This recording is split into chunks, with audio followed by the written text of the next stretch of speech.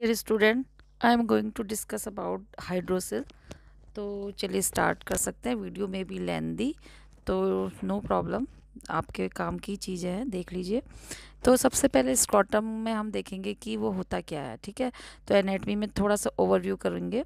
तो जो ये स्क्रॉटम होता है, ये एक मेल रिप्रोडक्टिव ऑर्गन होता है जो कि कहाँ रहता है, पेनिस के नीचे रहता है, अंडर द पेनिस ये सिचुएटेड रहता है। इसका शेप जो होता है एक बलून की तरह, मतलब एक सैक लाइक स्ट्रक्चर होता है जो कि डिवाइड किया रहता है दो कंपार्टमेंट में। टू इसके कंपार्टमेंट होते हैं। और जो इसके अंदर जो सैक होता है, ये जो हाइड्रोसिल, ये सॉरी, जो ये स्क्रॉटम होता है, इसके अंदर में क्या क्या रहता है, एक्सटर्नल स्पर्मेटिक फेशिया रहता है, testis, epididymis and spermatic cord, ये इसके अंदर रहते हैं। ठीक है, और ये स्क्रॉटम कैसे डिराइव्ड होता है, यानी कि कैसे इसका फॉर्मेशन होता है, ये होता है लेबियो स्क्रॉटल स्वेलिंग से होता है, जो कि एक एम्ब्रियोनिक स्ट्रक्चर होती है। ठीक है, जब एम्ब्रियोनिक डेवलपमेंट होता है, एम्ब्रियोनिक जब इसका फिटस का जब डेवलपमेंट हो रहा होता है और वो एम्ब्रियोनिक स्टेज में होता है, तब ये स्क्रॉटम का फॉर्मेशन होता है। किससे होता है, लेब्रो स्क्रॉटल सैक्रल स्वेलिंग से होता है। और ये एम्ब्रियोनिक का ही एक स्ट्रक्चर होता है, ये जो लेबियो स्क्रॉटल स्वेलिंग जो होती है। और ये कब से देखने को मिलता है, एम्ब्रियोनिक स्ट्रक्चर जब बनता है बेबी का, जब ये स्क्रॉटम जब बेबी का डेवलप हो रहा होता है, तो ये जब baby 4th week of embryonic stage में होता है। ठीक है, एम्ब्रियोनिक स्टेज होती है फीटस की, उस समय 4th week of embryonic stage से ये देख मतलब हमें अपीयर हो सकता है अल्ट्रासाउंड वगैरह में। ठीक है, और कंजेनाइटल मालफॉर्मेशन भी होती है अगर इसमें ड्यूरिंग डेवलपमेंट। स्क्रॉटम में बहुत सारी ऐसी मालफॉर्मेशन जब इसका डेवलपमेंट हो रहा होता है एम्ब्रियोनिक स्टेज में, तो इसमें मालफॉर्मेशन भी हो सकता है। ठीक है, इसके फंक्शन क्या क्या होते हैं, रिस्पॉन्सिबल होता है प्रोटेक्टिंग द टेस्टिस। ठीक है, जो ये जो स्क्रॉटम होता है, ये जो इसके अंदर जो ऑर्गन्स होते हैं उसको प्रोटेक्ट करता है ये, यानी कि स्पेशली जो टेस्टिस होती हैं। और थर्मो रेगुलेशन, मतलब जो एक हेल्प भी करता है टेस्टिस की जो टेम्परेचर को मेंटेन करने में, जितना उसे टेम्परेचर चाहिए उतना इसकी रिक्वायरमेंट होती है, जितनी उतना ये टेम्परेचर उसको मेंटेन करता है। इंटरनल एनवायरनमेंट का उसका टेम्परेचर को मेंटेन करना होता है। और temperature, it keep temperature of the testis several degree below the average body temperature, यानी कि जितना हमारा बॉडी का टेम्परेचर होता है उससे बहुत नीचे, यानी कि कम टेम्परेचर को ये मेंटेन करता है। ठीक है, जो कि इसेंशियल होते हैं स्पर्म प्रोडक्शन के लिए। अगर ज़्यादा टेम्परेचर रहेगा तो जो स्पर्म का जो फॉर्मेशन होता है वो अल्टर्ड हो सकता है या वो डिस्ट्रॉय हो सकते हैं। इसलिए उसके लिए जितना टेम्परेचर चाहिए उतना टेम्परेचर को ये मेंटेन करता है, यानी कि बहुत कम, जितना हमारा बॉडी का टेम्परेचर होता है उससे कम टेम्परेचर को ये मेंटेन करता है। अब हम आ जाते हैं मेन, हमारा टॉपिक है हाइड्रोसिल। ठीक है, तो हाइड्रोसिल जो होती है एक ऐसी कंडीशन होती है जिसमें स्क्रॉटम में क्या हो जाती है, स्वेलिंग हो जाती है। ठीक है, मतलब वो दिखता है, स्वेल दिखता है, क्यों दिखता है, फ्रॉम द फ्लूइड अकुमुलेशन, यानी कि वहाँ पे फ्लूइड का अकुमुलेशन, यानी कि जमा होने से, ये आप देख पा रहे होंगे, ये जो फ्लूइड का अकुमुलेशन हो जाता है यहाँ पे, ये दिख पा रहा होगा आपको, इससे ये जो स्काई कलर का है ये फ्लूइड है, तो इसके जमा होने से ही वहाँ पे स्वेलिंग हो जाती है। और that some time occur at birth, और कभी कभी ये कंजेनाइटल भी होती है, यानी कि बाय बर्थ ये होती है, देखने को मिलती है बच्चों में। It is usually affect just one testis. इसमें क्या होता है कि एक टेस्टिस ही यूजुअली अफेक्ट रहती है आमतौर पे, लेकिन ये जो होती है दोनों साइड में प्रेजेंट हो सकती है हाइड्रोसिल। ठीक है, यानी कि फ्लूइड जो होता है दोनों टेस्टिस दोनों साइड में प्रेजेंट रहता है, लेकिन जो प्रॉब्लम होती है वन साइड ज़्यादा देखने को मिलती है। ठीक है, अगर ये बर्थ के समय प्रेजेंट होता है तो इस सबसाइड वन, मतलब ये जो अगर बर्थ के समय प्रेजेंट होता था, condition of subsides on its own without treatment. अगर ये बर्थ के समय प्रेजेंट है तो ये अपना आप ही ठीक हो जाता है बिना कोई ट्रीटमेंट लिए हुए। ठीक है, यानी कि जब तक बेबी 1 ईयर का होगा तो धीरे धीरे करके ये सबसाइड हो जाएगा और अपनी नॉर्मल कंडीशन में आ जाएगा। ये फ्लूइड जो होता है धीरे धीरे ऑब्जर्व हो जाएगा, डिजॉल्व, मतलब ये ड्रेन आउट हो जाएगा और ये अपने आप ही सबसाइड हो जाएगी प्रॉब्लम। ठीक है, it's possible from older and adult, ये जो होता है ओल्डर चिल्ड्रन में और अडल्ट में भी पॉसिबल होती है हाइड्रोजन वाला, ये जो हाइड्रोसिल होता है।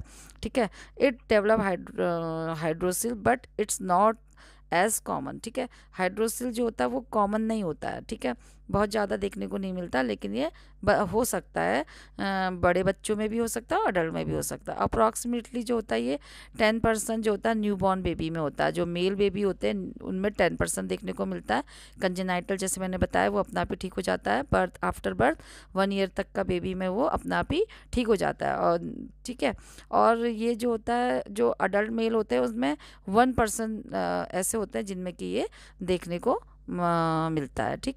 अब अडल्ट की बात करें तो हाइड्रोसिल इन अडल्ट, हाइड्रोसिल में अक्वायर थ्रू इंजरी। ये कैसे कैसे हो सकता है? इंजरी के में हो सकता है टू द ग्रोइन में, ग्रोइन एरिया में अगर इंजरी है तो हो सकता है, या फिर सर्जरी हुई है आफ्टर सर्जरी भी हो सकता है, या फिर ये कोई इन्फेक्शन हो गया है तो भी ये हो सकता है, ठीक है। अगर हाइड्रोसिल की ही हम बात कर रहे हैं, अगर आगे को कंटिन्यू करते हैं तो it usually clears up and it's with in 6 month, ठीक है। अगर ये यूजुअली जो होता है ये अगर किसी को हुआ है तो ये अपना आप ही 6 मंथ में क्लियर हो जाता है, मतलब धीरे धीरे करके जो फ्लूइड होता है वो कम हो जाता है, अब्जॉर्ब हो जाता है। इट हाइड्रोसिल डजन क्लियर, अगर ये क्लियर नहीं होता है तो क्या करना है उसमें, फिर उसके लिए सर्जरी ही रिक्वायरमेंट होती है, उसको फिर सर्जरी के थ्रू ही करेक्ट किया जाएगा, ठीक है। अब इसके टाइप्स देखते हैं। तो there are different type of hydrocele, मतलब बहुत सारे टाइप हम इसको देख सकते हैं, लेकिन मेनली जो होते हैं 2 तरीके से होते हैं, simple type and communicating type भी बोल सकते हैं इसको। तो ये जिस भी टाइप का होगा उसी तरीके के इसको हम उसी तरीके से डिफाइन कर सकते हैं, ठीक है। जो कम्युनिकेटिंग टाइप होता है यानी कि सिंपल टाइप होगा एक, ये तो नॉर्मल है, इसमें नॉन कम्युनिकेटिंग हो गया, कम्युनिकेटिंग हो गया, और हाइड्रोसिल ऑफ एन कॉर्ड, और कॉर्ड में भी हाइड्रोसिल हो जाता है। तो मेनली नॉन कम्युनिकेटिंग और कम्युनिकेटिंग हाइड्रोसिल बोल सकते हैं, सिंपल हाइड्रोसिल और कम्युनिकेटिंग हाइड्रोसिल, इस तरीके से भी आप बोल सकते हैं। तो जो कम्युनिकेटिंग हाइड्रोसिल होता है उसमें क्या होता है कि जो ट्यूनिका वेजिनलिस होती है, यानी कि एक जो ट्यूनिका वेजिनलिस का मतलब होता है एक शीत होती है जो कि बहुत पतली होती है, और कहाँ रहती है, ये जो टेस्टिस होते हैं इसके चारों तरफ से उसको कवर करके रखती है। ये जो टेस्टिस है इसको ये कवर करके रखती है, ट्यूनिका वेजिनलिस, ठीक है। तो ये जो होती है ये जो ट्यूनिका वेजिनलिस होती है यहाँ पर ये मतलब ये क्लोज रहती है जब बेबी का डेवलपमेंट हो रहा होता है। ये देखिए नॉर्मल है, यहाँ पे ये क्या है, क्लोज है। मैं इसको आपको बड़ा करके दिखाती हूँ। इसके अंदर देख रहे होंगे आप, पतली सी जो लाइन जा रही है ये है ट्यूनिका वेजिनलिस, ये जो रहती है पतली सी ये बंद रहती है, ठीक है। अब ये जो टेस्टिस होती है इसके सराउंड में रह रही है, आप देख पा रहे होंगे, ये जो होती है सराउंड, इसके चारों तरफ से पतली सी शीत होती है जो कि इस तरीके से ये एब्डोमिनल कैविटी तक पहुँच रही है। तो यहाँ पर ये क्या रहती है, क्लोज रहती है। यहाँ से जब ये एब्डोमिनल कैविटी से डाउन होते हैं तो यहाँ पर ये क्लोज हो जाती है, ठीक है। लेकिन अगर ये यहाँ पर ये क्लोज हो गई, नॉन कम्युनिकेटिंग का मतलब है इसका कम्युनिकेशन यहाँ तक नहीं पहुँच रहा है, ये बंद हो गई है। लेकिन अब कम्युनिकेशन में क्या हो रहा, ये जब प्रॉपरली बंद नहीं हो पाती तो यहाँ से जो पेरिटोनियल जो फ्लूइड होता है वो करके क्या होता है, ड्रेन आउट होता है यहाँ पे स्क्रोटम में, ठीक है। तो इसीलिए इसको इनके नेम से ही हम कम समझ सकते हैं। तो कम्युनिकेटिंग जो है ट्यूनिका वेजिनलिस जो होती है शीत होती है जो पतली सी, जो मैंने अभी आपको बताई, जो कि टेस्टिस के चारों तरफ रहती है, ये फेल हो जाती है, प्रॉपरली क्लोज नहीं होती है फीटल डेवलपमेंट में। अदरवाइज ये फीटल डेवलपमेंट के समय में ही क्लोज हो जाती है, ठीक है। तो रिजल्ट क्या होता है, drainage of the fluid from the abdominal into the scrotum, जिससे कि क्या होता है जो फ्लूइड होता है एब्डोमिनल कैविटी में वो क्या होता है, ड्रेन आउट होता है स्क्रोटम में। यहाँ से ये आप देख पा रहे हैं, ये है वेजिनलिस। यहाँ पे वेजिनलिस जो है ये प्रॉपरली क्लोज नहीं होती है। वैसे ये बाई बर्थ ही मतलब जब बेबी का डेवलपमेंट हो रहा होता है तो ये क्या होता है वहाँ पे फीटल डेवलपमेंट में क्लोज हो जाती है। तो जो यहाँ का जो फ्लूइड होता है ये पेरिटोनियल कैविटी का, ये यहाँ तक नहीं पहुँच पाता है स्क्रोटम तक।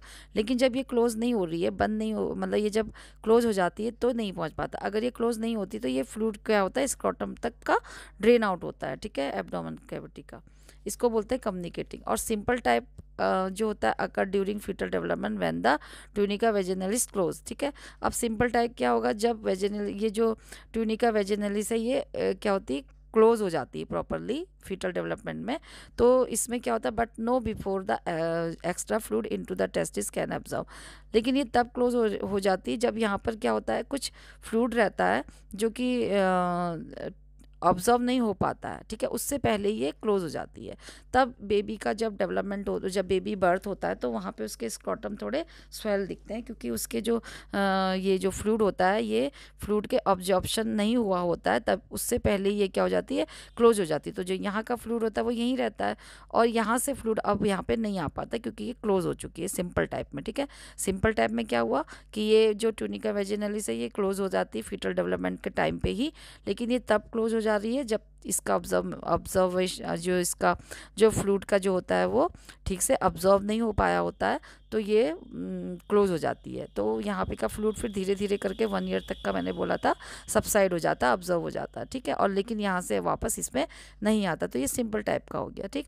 अब इसको हम ऐसे भी बोल सकते हैं कि जो हाइड्रोसिल होता है ये हार्मलेस होता है, और ये मतलब ज़्यादा इसमें कोई खतरे की बात नहीं है मोस्ट पेशेंट में। और इस ये जो प्रेजेंट जो differently depending on how are developed in the body, हम इसको टाइप ऐसे बोल सकते हैं कि ये किस टाइप से किस तरीके से बॉडी में डेवलप हो रहा है, ठीक है, हाइड्रोसिल, उसी के तरीके से इनको नाम दिया जाता है। तो दो मोस्ट कॉमन फॉर्म होते हैं, non communicating and communicating hydrocele, जैसे मैंने अभी आपको डायग्राम में भी दिखाया था, कम्युनिकेटिंग और ये जो है नॉन कम्युनिकेटिंग है, ठीक है, यानी कि क्लोज है, इसमें कोई भी यहाँ तक का कोई मतलब कम्युनिकेशन नहीं हो पा रहा, यानी कि पेरिटोनियल कैविटी का और दोनों के बीच में कम्युनिकेशन ये बंद हो गया, तो यहाँ का फ्लूइड यहाँ तक नहीं पहुँचेगा। कम्युनिकेटिंग में क्या हो रहा, ये जो ट्यूनिका वेजिनलिस से प्रॉपरली क्लोज नहीं है, तो ये जो पेराटल जो पेरिटोनियल कैविटी का जो फ्लूइड है वो यहाँ तक पहुँच जा रहा है। पेरिटोनियल कैविटी क्या होती है, पेरिटोनियल जो कैविटी होती है वो एक स्पेस होती है within the abdomen that contain the intestine and stomach and liver, okay.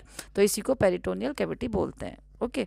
तो नॉन कम्युनिकेटिंग मैंने बता दिया आपको, नॉन कम्युनिकेटिंग क्या होता है, जब वो सैक प्रॉपरली जो होता है वो क्लोज रहता है, body doesn't observe the fluid, तो ये जो होती है बॉडी को लेकिन जो होता है जो मैंने बताया जो ये फ्लूइड होता है ये बॉडी इसको ऑब्जर्व नहीं कर रही होती, उस कर पा रही होती है, उससे पहले ये क्लोज हो जाता है। तो रिमेनिंग फ्लूइड जो होता है typically observe in the body with in a year, जैसे बेबी में मैंने बताया था विद इन अ ईयर ये जो होता है ऑब्जर्व हो जाता है, धीरे धीरे करके सबसाइड हो जाता है। और कम्युनिकेटिंग में मैंने बोला था कि जो सैक होता है सराउंडिंग द टेस्टिस, ये जो टेस्टीज़ हैं इसके सराउंडिंग में जो ये होता है जो ये शीत होती है, जो ये कवरिंग होती है, ये जो ट्यूनिका वेजिनलिस जो होती है ये टेस्टिस में जो होती है क्लोज नहीं हो पाती ऑल द वे, मतलब पूरी तरीके से क्लोज नहीं हो पाती है।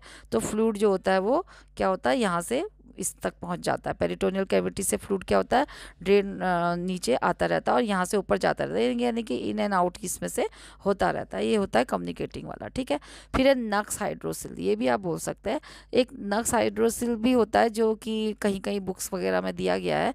तो ये थर्ड टाइप का आप इसे बोल सकते हैं। एक ये रेयर होता है, मतलब इसको हम एक तरीके से हाइड्रोसिल तो नहीं होता लेकिन उसी की तरह हम इसको कन्फ्यूज़ कर लेते हैं। तो ये रेयर टाइप का होता है, found in people without testicle, और ये उन पीपल में मतलब ये बिना टेस्टिकल्स के ही फॉर्म हो सकता है, जिसको कि जो पेल्विस वॉल की जो लाइनिंग होती है वहाँ पर ये होता है, ठीक है। और ये जो होता है इसके वजह से पेनफुल होता है, स्वेलिंग होती है, lymph node on the groin, जब यहाँ पे ये जो ग्रोइन एरिया होता है हमारा जो साइड का ये ग्रोइन एरिया होता है, इनग्वाइनल कैनाल होती है, यहाँ पे कुछ स्वेलिंग हो जाती है, ठीक है, ये जो इनग्वाइनल कैनाल होती है यहाँ पे स्वेलिंग हो जाती है, और जिसके वजह से क्या होता है ये पेनफुल स्वेलिंग होती है। यहाँ पे नोड्स होते हैं, नोड्स मतलब ग्लैंड गांठें जैसी बन जाएंगी, ठीक है, और उसके वजह से स्क्रोटम में भी स्वेलिंग आएगी, जिससे क्या हो सकता है वो एक तरीके से हाइड्रोसिल की तरह ही उसको हम लोग समझ लेते हैं, ठीक है। तो ये टेस्टिस में ना होके इनग्वाइनल कैनाल में ये हो रहा है, ठीक है।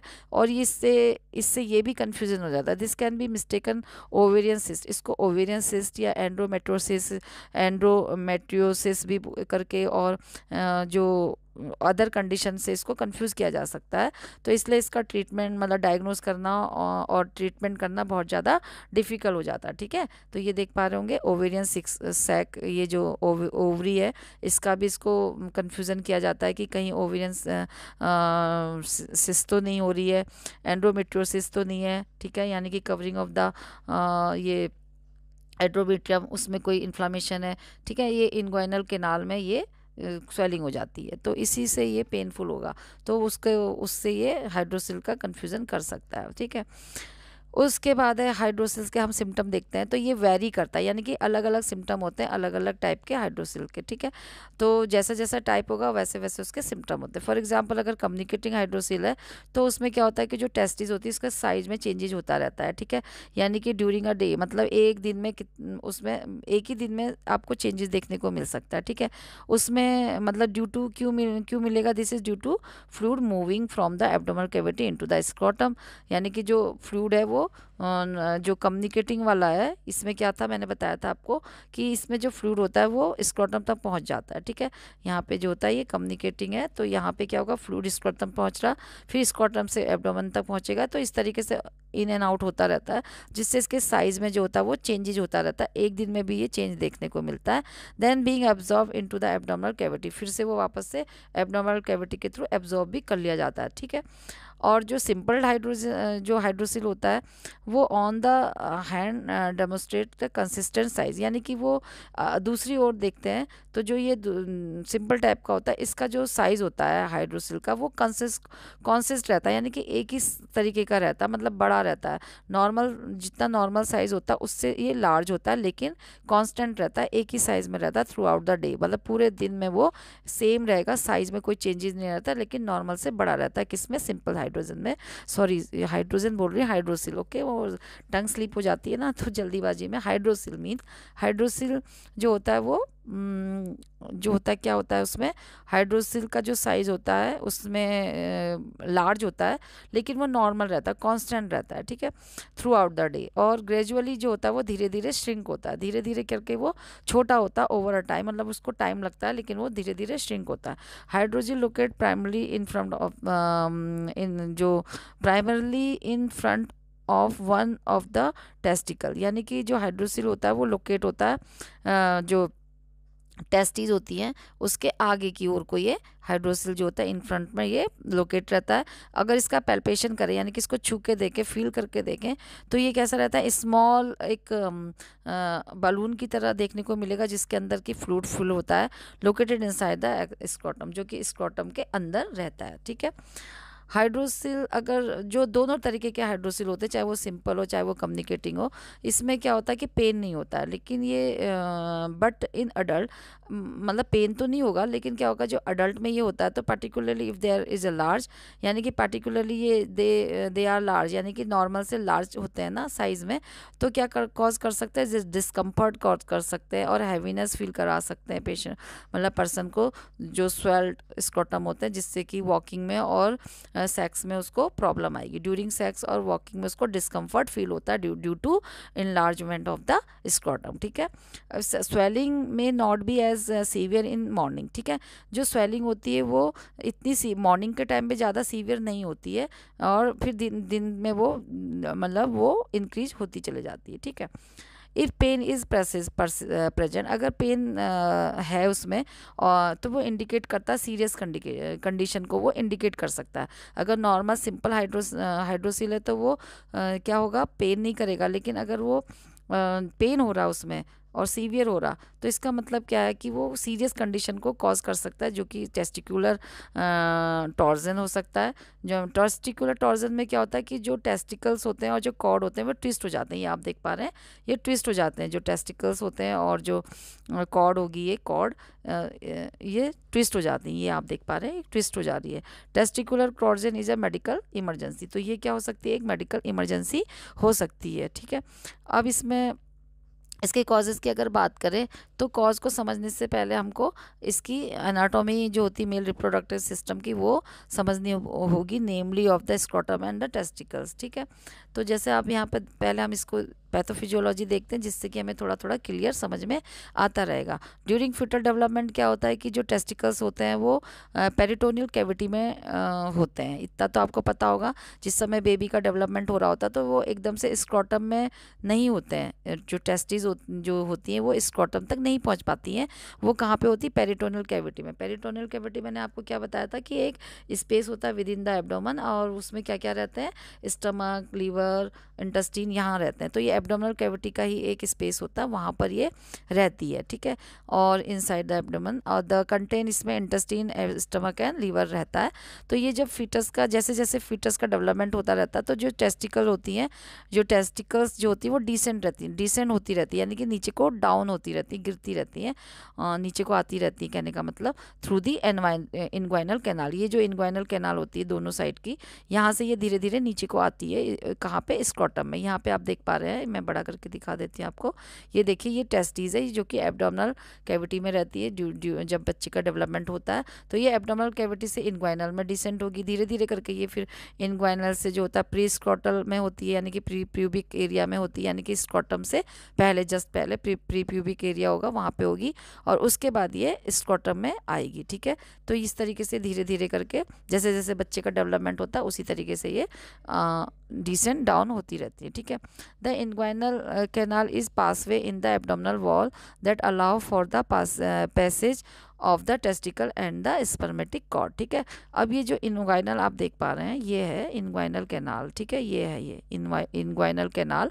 तो ये जो इनग्वाइनल कैनाल है, यहीं से जो ये अभी मैंने आपको दिखाया था, जो टेस्टिस थी वो यहाँ से क्या होती है? नीचे को डाउन होती रहती है, पास होती रहती है, ठीक है।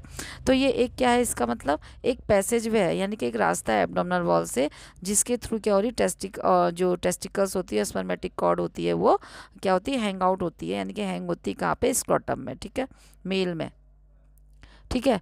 और क्या होता है? Because the inguinal canal create a weakened in the abdominal wall. तो जो इनग्वाइनल कैनाल होती है, जो वो क्या करती है यहाँ पे? जो इनग्वाइनल कैनाल का जो एरिया होता है वो थोड़ा वीक होता है एब्डोमिनल वॉल का। तो एब्डोमिनल वॉल का वीक एरिया होता है। तो यहाँ से जो होता है कॉमन एरिया होता है किसके लिए? हर्निया के लिए। हर्निया को डेवलप करने के लिए एक ये कॉमन एरिया होता है, ठीक है। व्हेन हाइड्रोसिल इज सस्पेक्टेड, जब हाइड्रोसिल सस्पेक्ट होता है, यानी कि हाइड्रोसिल होता है, तो जो हेल्थ केयर प्रोवाइडर्स होते हैं usually perform diagnostic and testing. तो जो डायग्नोस्टिक टेस्ट करते हैं ताकि रूल आउट कर सके कि हर्निया है या क्या है। हर्निया को रूल आउट करने के लिए क्या करते हैं? डायग्नोस्टिक टेस्ट करते हैं, ठीक है। जब उनको हाइड्रोसिल जो होता है सस्पेक्टेड होता है, यानी कि उनको फुली कंफर्म नहीं होता कि ये हाइड्रोसिल है, स्वेलिंग होती है जब स्क्रॉटम में, तो वो क्या करते हैं? डायग्नोस करते हैं कि वो हर्निया है या हाइड्रोसिल है, ठीक है। फिर है इसके after the descent of the testis. अभी हमने देखा था जैसे पैथोफिजियोलॉजी में किस तरीके से डिसेंट होते हैं। तो जब डिसेंट हो जाते हैं ट्यूनिका ये जो टेस्टिस होते हैं, तो ट्यूनिका वेजिनलिस, यानी कि जो पाउच ऑफ सीरस मेम्ब्रेन का जो पाउच होता है उसको बोलते हैं ट्यूनिका वेजिनलिस। ये है, देख लीजिए आप। तो ये ट्यूनिका वेजिनलिस है जो कि सराउंडिंग में रहती है, टेस्टिस के चारों तरफ रहती है, और ये क्या करती है? इसको कवर करके रखती है, मतलब ताकि इसको प्रोटेक्ट करती है। तो ये सब as a covering of the testis, ये इसका यही काम होता है, इसको कवर करके रखने का। तो अब सीरस मेम्ब्रेन क्या है? ये एक थिन मेम्ब्रेन होती है। सीरस मेम्ब्रेन थिन मेम्ब्रेन होती है जो कि लाइन होती है इंटरनल बॉडी कैविटीज़ की लाइन होती है, ठीक है।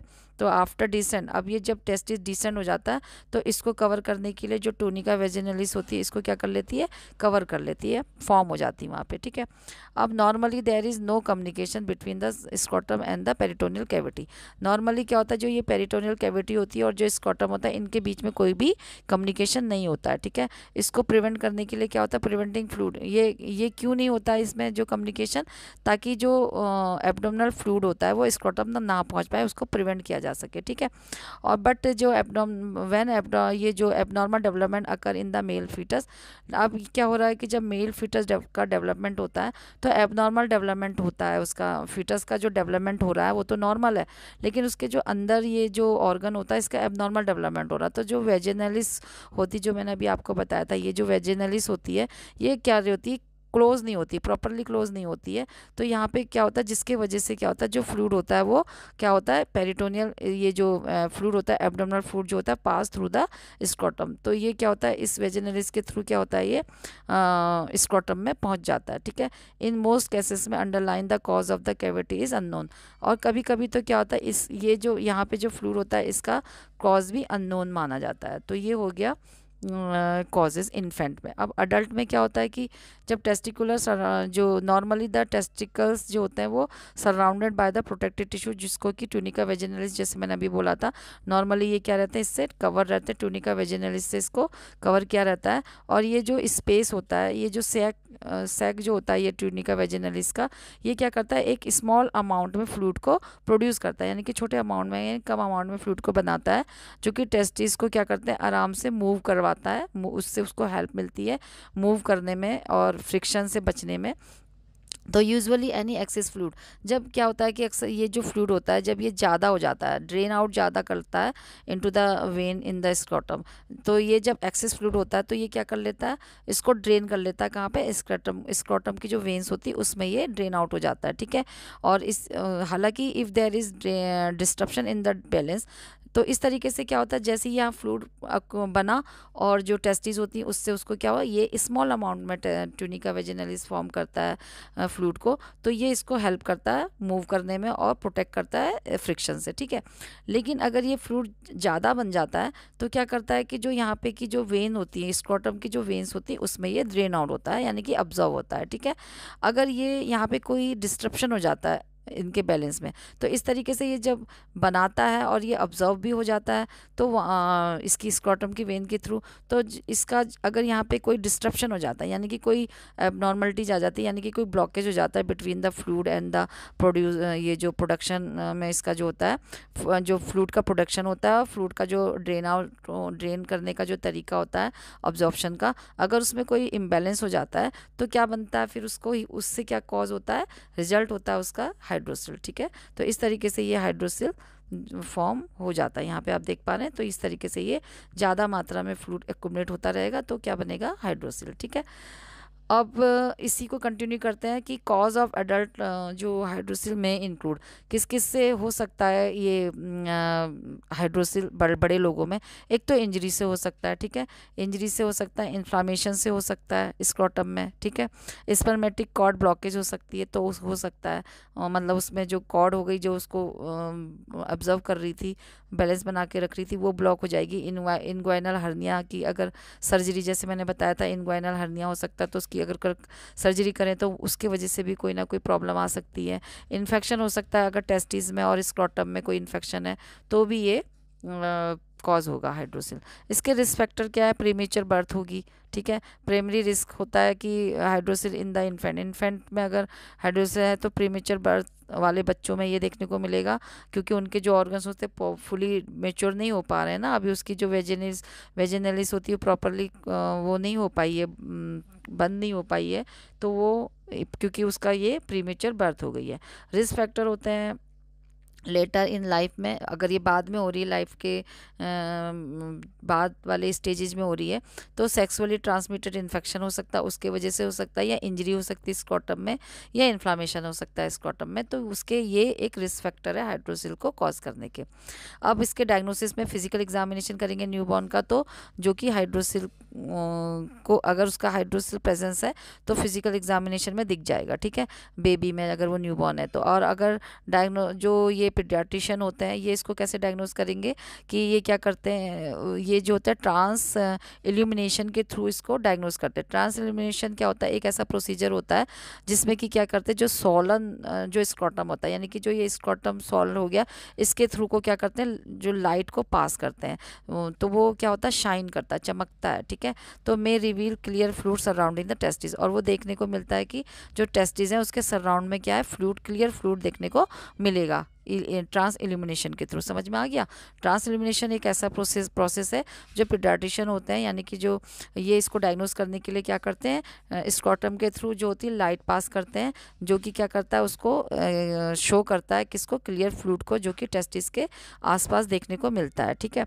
और अगर वो हाइड्रोसिल इज प्रेजेंट, अगर हाइड्रोसिल प्रेजेंट है तो जो testicle wall appear to be filled with a clear fluid, अगर ये इन्होंने ये लाइट पास करी, देखा अगर हाइड्रोसिल वहाँ पर है तो टेस्टिकल्स विल अपीयर, यानी कि जो टेस्टिकल होते हैं वो क्लियर फ्लूइड के साथ उसके चारों तरफ क्लियर फ्लूइड भरा हुआ देखने को मिलेगा टेस्टिस के, ठीक है। अगर उसमें क्या है, इफ़ इफ़ एनी टिश्यू, यानी कि फ्लूइड नहीं है, कोई टिश्यू का टिश्यूज़ हैं वहाँ पे, तो यानी कि उनका एडिशन है, यानी कि ज़्यादा अमाउंट में वहाँ पे टिश्यू देखने को मिल रहे हैं टेस्टिस में, तो डिस्कवर इनसाइड द टेस्टिस, तो इसमें क्या हो सकता है, साइन ऑफ हर्निया, यानी कि अब हर्निया का भी इसमें प्रॉब्लम आ सकती है, क्योंकि अगर वहाँ पे फ्लूइड देखने को नहीं मिल रहा और ये जो टिश्यू की ज़्यादा टिश्यू के जो एडिशनल टिश्यू देखने को मिल रहे हैं, तो इसका मतलब है कि जो पेरिटोनियल कैविटी है वहाँ से क्या हो चुके हैं, कुछ ऑर्गन वहाँ पे आ चुके हैं, टिश्यू आ चुके हैं या बन चुके हैं, जिसकी वजह से हर्निया कॉज हो सकता है। ठीक है, अब एग्जामिनेशन करते, इसी को कंटिन्यू करते हैं कि एग्जामिनेशन में और क्या क्या चीज़ें आएंगी। चेकिंग मतलब चेक करना होता है इन्लार्जमेंट को, टेंडरनेस ऑफ द स्क्रॉटम को, कि टेंडर हार्ड है या फिर वो इनलार्ज है, वो देखना पड़ेगा। Applying pressure to the abdomen, और एब्डोमेन में आपने देखा होगा इनग्वाइनल जो रीजन होता है वहाँ पे इनग्वाइनल कैनाल में थोड़ा सा प्रेशर देख के देखते हैं कि check for the inguinal hernia, तो कि वहाँ पे कोई हर्निया तो नहीं है। हर्निया का मतलब तो आपको पता ही है, जो वीक एरिया होता है जैसे इनग्वाइनल कैनाल, वहाँ से क्या हो सकते हैं, कुछ इंटेस्टीन वगैरह वहाँ पे निकल सकती हैं इनग्वाइनल एरिया में, तो जो टिश्यू जो होते हैं वो जब उस वीक सेक्स से बाहर आ जाते हैं तो उसी को बोलते हैं हर्निया। ठीक है, ऑब्जर्व करना होगा। ऑब्जर्व करने के लिए बल्ज इन ग्रोइन एरिया, जी मतलब उसको चेक करने के लिए पेशेंट को कफिंग करने के लिए बोलते हैं, और जब कफ करेगा तो वहाँ का जो एरिया होगा ग्रोइन एरिया का, वो क्या करेगा, बल्ज करेगा, फूलेगा, तो ये देखना होता है ऑब्जर्व करने में। तो इसका मतलब होता है कि जो यानी कि वहाँ पे एक्स्ट्रा प्रेशर पड़ रहा है, इसलिए वो इंक्रीज हो रही है, क्योंकि वहाँ पे हर्निया फॉर्मेशन हो रहा है। ठीक है, ये डायग्नोसिस कंटिन्यू करते हैं, तो अदर डायग्नोसिस मेजर में जो होता है ब्लड और यूरिन टेस्ट भी करते हैं, जिसको कि किसके लिए करते हैं, इन्फेक्शन को देखने के लिए करते हैं, श्योर करते हैं कि कोई इन्फेक्शन तो नहीं है, और एपिडिडमिस को देखने के लिए भी किया जाता है, इन्फ्लामेशन ऑफ द एपिडिडमिस, इसका इन्फ्लामेशन हो जाता है तो उसको देखने के लिए किया जाता है, inflammation of the coil tube, जिसको कि ये जो एपिडिडमिस होती है, कॉयल ट्यूब होती है, उसमें जो इन्फेक्शन होता है उसी को एपिडिडमाइटिस बोलते हैं। ये लोकेटेड होती है posterior side of the testis, यानी कि जो टेस्टिस होता है उसके बैक साइड में ये लोकेटेड होती है। ठीक है, तो इसमें कोई इन्फेक्शन तो नहीं है, उसको देखने के लिए ये टेस्ट किया जाता है, जिससे कि कोई इन्फेक्शन है तो वो शो हो जाएगा। फिर है मैग्नेटिक, यानी कि जो मैग्नेटिक रिजोनेंस इमेजिंग करते हैं, यानी कि एमआरआई करते हैं। इसमें जो होता है जो स्क्रोटल होता है वो स्क्रोटल और पेल्विक अल्ट्रासाउंड करेंगे इसमें, जिसमें कि क्या होगा, सीवियरिटी ऑफ द हाइड्रोसिल, कितना सीवियर है हाइड्रोसिल वो देखने को मिलेगा, रूल आउट करने को मिलेगा, और रूल आउट हो सकता है हर्निया, यानी कि हर्निया है या हाइड्रोसिल है, उसको रूल आउट करने के लिए एमआरआई भी करते हैं। ठीक है, पेल्विक एरिया की। उसके बाद सीटी स्कैन भी करते हैं इसमें, जिसमें कि जो सीटी स्कैन क्या करेगा, वो सीरीज़ ऑफ द पिक्चर्स, यानी कि वो क्या करता है, जो सीरीज़ मतलब वेरियस एंगल से क्या करता है, सीरीज़ में पिक्चर्स को लेता है, जिससे कि क्या जो कि प्रोड्यूसिंग एक्सरे इमेजेस, जो कि एक्सरे इमेजेस को प्रोड्यूस करके ली जाती है, जिसमें कि डिटेल पिक्चर्स मिलेंगी वेरियस बॉडी पार्ट्स की। और ठीक है, यानी कि उस एरिया की जहाँ पे कि सीटी स्कैन किया जा रहा है वहाँ पे को वेरियस एंगल्स में जो होता है with the help of X-ray images के थ्रू, यानी कि एक्सरे रेजेस के थ्रू वेरियस एंगल में पिक्चर्स देखने को मिलेंगी। वेरियस एंगल से मतलब हर एंगल से, एपी लेटरल व्यू में, और सीरीज़ ऑफ पिक्चर, यानी कि ढेर सारी पिक्चर्स देखने को मिलेंगी, जिससे कि पता चल जाएगा कि कौन से वहाँ पे क्या फॉर्मेशन हो रहा है, किस चीज़ का प्रॉब्लम आ रही है। ठीक है, और इसमें क्या कर सकते हैं, डाई में भी सॉलोड और इंजेक्ट, और इसमें क्या कर सकते हैं, इसको कराने से पहले डाई भी पीने को दे सकते हैं, या फिर इंजेक्ट भी कर सकते हैं वहाँ पे इस प्रोसीजर को पहले करने के लिए, ताकि जो भी ऑर्गन और टिश्यू हो गए वो क्लियरली विजिबल हो। ठीक है, फिर एमआरआई जो होता है वो इमेजिंग टेक्निक होती है, जो कि यूज़ की जाती है, स्ट्रॉन्ग इमेजिनेटिक फील्ड होता है, और मतलब इसमें जो एमआरआई होती है इसमें रेडियो वेव्स का और स्ट्रॉन्ग जो मैग्नेटिक फील्ड होता है उसका यूज़ किया जाता है। इसमें जो होती है डिटेल इमेजेस आती हैं उस एरिया की जहाँ ली जाती है, जिस भी एरिया का ये टेस्ट किया जाता है। ठीक है, और एमआरआई में क्या शो हो सकता है, वो डिजीज़ जो होती है वो शो हो सकती है, जो कि सीटी स्कैन में नहीं हो पा रही, यानी कि जो प्रॉब्लम सीटी स्कैन में नहीं मिल पा रही है वो एमआरआई में मिल जाएगी। ठीक है, और क्या होता है, इंजरी ऑफ द स्क्रॉटम, की वजह से जो है वो देखने को मिलेगा, और इन्फ्लामेशन तो नहीं है स्क्रोटम में, वो भी देखने को इससे हेल्प मिलेगी। ठीक है, अब इसका ट्रीटमेंट कैसे करेंगे? इसमें always require hydrocele that present at birth. अगर वो बर्थ के समय प्रेजेंट है तो उसमें क्या करेंगे? उसमें नॉट ऑलवेज रिक्वायर, उसमें कोई भी ज़रूरत नहीं होती, कोई भी रिक्वायर मतलब कोई भी तरीके की ट्रीटमेंट करने की, क्योंकि ये क्या होता है अपने आप ही क्लियर हो जाता है। अपने आप जो होता है ये बेबी जब तक 1 ईयर का होता है तब तक ये क्लियर हो जाता है, जैसे हमने आगे की स्लाइड में देखा था। ठीक है, और कैसे होता है वो भी मैंने बताया था। अब अडल्ट में कैसे होगा? अगर अडल्ट में होगा, हाउएवर ट्रीटमेंट मॉडिफाई में बी इंक्लूडेड, उसमें पेन मेडिकेशन दे सकते हैं, पेन किलर मेडिकेशन दे सकते हैं ताकि वो डिस्कम्फर्ट और पेन उसको ना हो, और सर्जरी करवा सकते हैं उसमें टू रिमूव टिश्यू। सर्जरी के थ्रू उसमें जो होता है जैसे हर्निया हो गया, और या फिर रिपेयर ऑफ हाइड्रोसिल है, उसको रिपेयर करने के लिए इसमें सर्जरी करने की ज़रूरत पड़ सकती है। ठीक है, अगर usually for a communicating hydrocele. ठीक है, और surgery to remove some of the fluid, और सर्जरी के थ्रू क्या कर सकते हैं, जो फ्लूइड होता है वो रिमूव कर सकते हैं, जिससे कि क्या होगा, जो स्वेलिंग होगी इस जो हाइड्रोसिल है उसकी जो स्वेलिंग होगी, और जो इन्फेक्शन होगा वो कम हो सकता है। ठीक है, उसको कम करने के लिए सर्जरी करेंगे। और सर्जरी जो होती है अंडर एनेस्थीसिया करते हैं। इसमें जो होता है एनेस्थीसिया में जो may involve the small incision scrotum में, इन द स्क्रोटम, यानी कि अंडर एनेस्थीसिया ये सर्जरी की जाएगी। स्क्रोटम में एक इंसीजन लगाया जाएगा, या फिर ग्रोइन एरिया में नियर द स्क्रोटम। ठीक है, नियर द स्क्रोटम को, ग्रोइन एरिया जो होता है वो नियर द स्क्रोटम होता है। ठीक है, और फिर उसको जो फ्लूइड होता है उसको ड्रेन किया जाता है, ड्रेन आउट किया जाएगा, जो अक्यूमुलेटेड फ्लूइड है जमा है वहाँ पे उसको कम किया जाएगा, मतलब उसको ड्रेन किया जाएगा। और यूजुअली कंसिडर माइनर प्रोसीजर, ये जो होता है, ये जो ऑपरेशन होता है इसको माइनर प्रोसीजर में इंक्लूड किया, मतलब देखा जाता है, जिसको कि क्या कहते हैं आउट पेशेंट में भी इसको, मतलब जो ओपीडी वाले जो पेशेंट होते हैं, आउटडोर पेशेंट में भी इसको परफॉर्म किया जा सकता है। और इसमें पर्सन को जो होता है वो एक ही दिन में, यानी कि जिस दिन उसका ऑपरेशन है उसी दिन उसको घर भी भेजा जा सकता है। यहाँ पे आप देख पा रहे हैं ये इंसिजन दिया जाता है। ठीक है, स्क्रोटम में इंसिजन देंगे या नियर टू ग्रोइन एरिया में देंगे, और यहाँ से जो फ्लूइड होता है और उसको क्या करते हैं, फिर सैक में भी उसका इंसिजन पहुँचा, और इस तरीके से उसको ड्रेन आउट फ्लूइड को करने के बाद, और ये स्टिच को इसमें लगा देते हैं। स्टिच अब आप देख पा रहे हैं ये लास्ट में इसमें स्टिच कर दी गई है। ठीक है, उसके बाद इसी को बोलते हैं हाइड्रोसिलेक्टमी भी बोलते हैं इसको। Removal of the hydrocele is considered as the treatment of choice when hydrocele does not subside its own. ये तब किया जाता है हाइड्रोसिलेक्टमी जब अगर ड्रेन अपने आप नहीं हो रहा, सबसाइड फ्लूइड जो होता है अपना आप ऑब्जर्व नहीं हो रहा और करेक्ट नहीं हो रहा, तो तब ये वाली सर्जरी करते हैं, जिसमें कि ये ऑपरेशन के थ्रू ड्रेन आउट कर देंगे इसको। जब ये बहुत ज़्यादा लार्ज हो जाता है और बहुत ज़्यादा पेन करता है तो इसकी सर्जरी की जाती है, फ्लूइड को ड्रेन आउट करते हैं, और फिर उसके बाद सूचरिंग की जाती है। ठीक है, और अगर सर्जरी जो होती है सीवियर, मतलब जब अगर सर्जरी कर ले रहे हैं तो, लेकिन ये जो सर्जरी होती है इसके वजह से कुछ सीवियर कॉम्प्लिकेशन भी हो सकते हैं, जैसे कि हेमेटोमा हो सकता है, यानी कि जो टिश्यू होते हैं वहाँ से अब इंसिजन लगा रहे हैं, नाइफ चला रहे हैं, तो थोड़ा बहुत तो हेमेटोमा होने के चांसेस होते हैं, यानी कि ब्लीडिंग हो सकती है टिश्यूज से, इन्फेक्शन हो सकता है। ठीक है, अगर हमारा जो प्रोसेस, जो हमारे जो आर्टिकल हैं वो ज़्यादा स्टेराइल टेक्निक ना यूज़ की जाए तो इन्फेक्शन होने के भी चांसेस हो सकते हैं। स्वेलिंग हो सकता है परसिस्टेंट, उसमें स्वेलिंग जो होती है एकदम से ठीक नहीं हो, मतलब एकदम करेक्ट नहीं हो सकती, धीरे धीरे होगी, पर उसमें परसिस्टेंट स्वेलिंग भी रह सकती है। और क्रॉनिक पेन हो सकता है लॉन्ग टर्म तक का। टेस्टिकुलर अट्रॉफी हो सकती है, यानी कि टेस्टिकुलर मतलब जो श्रिंक हो सकते हैं, ठीक है, धीरे धीरे करके।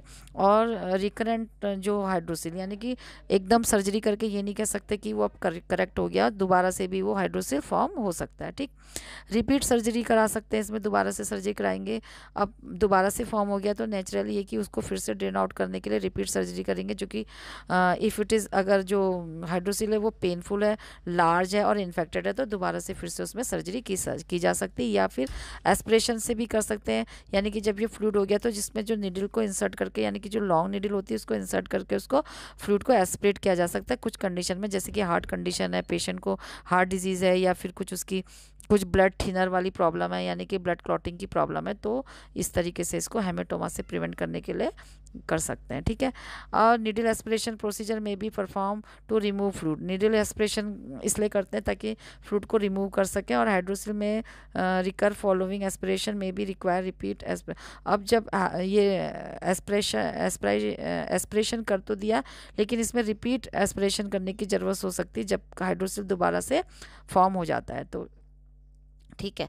अब इसमें क्या हो सकता है कि जो एनेस्थीजिया है उसके भी कुछ कॉम्प्लिकेशन हो सकते हैं, जो कि रिस्क हो सकते हैं, मतलब एनेस्थीजिया देने में, जिसमें कि एलर्जिक ये हो, रिएक्शन हो, या ब्रीदिंग डिफ़िकल्टीज़ हो, या हार्ट रिदम डिस्टर्बेंस हो, तो उनको जो है एनेस्थीजिया देने में थोड़ा सा रिस्क रह सकता है। ठीक है। तो फिर इसलिए निडल एस्पिरेशन भी किया जा सकता है। और risk associated with the procedure include, इस प्रोसीजर के संग क्या क्या रिस्क हो सकते हैं? ब्लड क्लॉट हो सकता है, एक्सेसिव ब्लीडिंग हो सकती है, या तो बहुत क्लॉटिंग हो जाएगी ज़्यादा, या फिर ज़्यादा ब्लीडिंग होगी, और स्क्रोटल इंजरी हो जाएगी जो कि जिसमें नर्व डैमेज हो सकती है और इन्फेक्शन हो सकता है। ठीक है। निडल एस्पिरेशन मैंने आपको बता ही दिया है कि इसमें क्या कर सकते हैं, ड्रेन कर सकते हैं फ्लूइड को लॉन्ग निडल के थ्रू, और इसमें जो होता है aspirate into the sac, draw out the fluid. इसमें जो होता है सैक से निडल को इंसर्ट किया जाता है और वहाँ से फ्लूइड को आउट किया जाता है, इस एस्पिरेट किया जाता है, बाहर की ओर को खींचा जाता है। ठीक है। और ड्रग में भी इंजेक्ट, और कभी कभी क्या है, कोई ड्रग भी इंजेक्ट की जा सकती है जिससे कि जो सैक फीलिंग दोबारा से सैक में फ्लूइड ना फील हो। ठीक है। Needle aspiration is commonly perform on, उन पेशेंट में ज़्यादा किया जाता है those who are at high risk of complication during surgery, जिनको कि जैसे मैंने अभी आपको बताया था हार्ट डिजीज़ हो सकती है, कोई और प्रॉब्लम, ब्रीदिंग प्रॉब्लम हो सकती है, उन लोगों में ज़्यादा ये किया जा सकता है जिनको एनेस्थीसिया नहीं दे सकते या जिनको सर्जरी नहीं कर सकते, उनमें निडल एस्पिरेशन टेक्निक यूज़ की जाएगी। ठीक है। And most common side effect होता है निडल एस्पिरेशन का टेम्परेरी जो पेन और in scrotal and risk of infection, यानी कि इसमें कुछ टाइम तक का पेन रहेगा निडल एस्पिरेशन थेरेपी में, मतलब टेक्निक में, और क्या होगा कि इन्फेक्शन के चांसेस भी हो सकते हैं। तो ये इसका जो है रिस्क है। इसमें सर्जरी में जो होता है हाइड्रोसिल की कुछ कॉम्प्लिकेशन हो सकते हैं। ठीक है। वैसे तो ये डेंजरस नहीं है, और ना ये जो हाइड्रोसिल होती है वो डेंजरस भी नहीं है, और इसमें जो फर्टिलिटी होती है वो भी अफेक्टेड नहीं होती है। ठीक है। But hydrocele may associated with the underline testicular condition that can cause serious complication. कुछ सीरियस कॉम्प्लिकेशन भी हाइड्रोसिल में देखने को मिलते हैं, जैसे कि इन्फेक्शन हो गया या ट्यूमर हो गया, जो कि अगर इन्फेक्शन हो जाता है, ट्यूमर हो जाता है, तो वो स्पर्म के जो प्रोडक्शन होता है, यानी कि जो स्पर्म प्रोड्यूस हो रहे होते हैं या उनका जो फंक्शन होता है, उसको ये कम कर सकता है कभी कभी। ठीक है। और इनग्वाइनल हर्निया हो सकता है, the loop of the intestine trap into the abdominal wall, जो इंटेस्टाइन की जो लूप्स होती हैं वो ट्रैप हो सकती हैं एब्डोमिनल वॉल में, can lead to life threatening complication, जो कि लाइफ थ्रेटनिंग कॉम्प्लिकेशन को क्रिएट कर सकती हैं। तो thank you guys for watching this video. Please do like, share, comment and subscribe this channel. Goodbye, take care.